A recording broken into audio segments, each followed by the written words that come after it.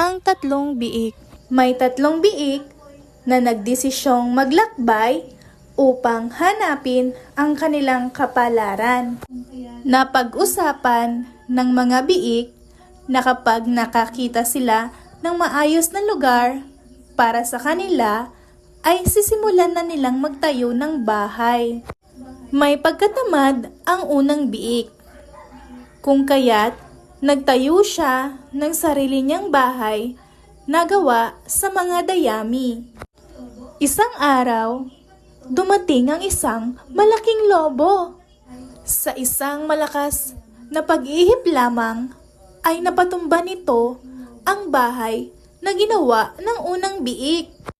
Sa takot na makain ng lobo, ang unang biik ay nagtatakbo patungo sa ikalawang biik.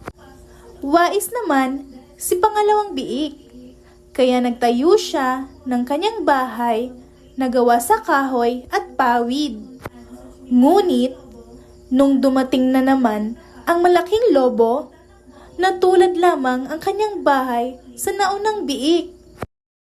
Sa takot ng dalawang biik, ay nagtatakbo naman sila patungo sa bahay ng ikatlong biik. Ang ikatlong biik ay masipag at matalino. Nagtayo siya ng bahay na gawa sa bato. At hindi nga nagtagal ay dumating ang malaking lobo.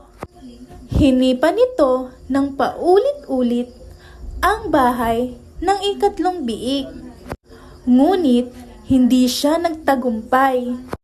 Naisip ng lobo na magdaan sa tsimeneya upang makapasok sa loob.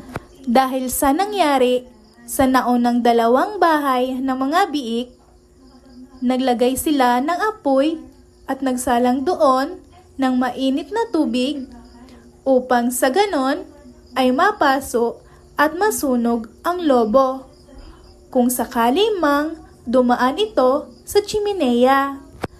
At ganoon nga ang nangyari.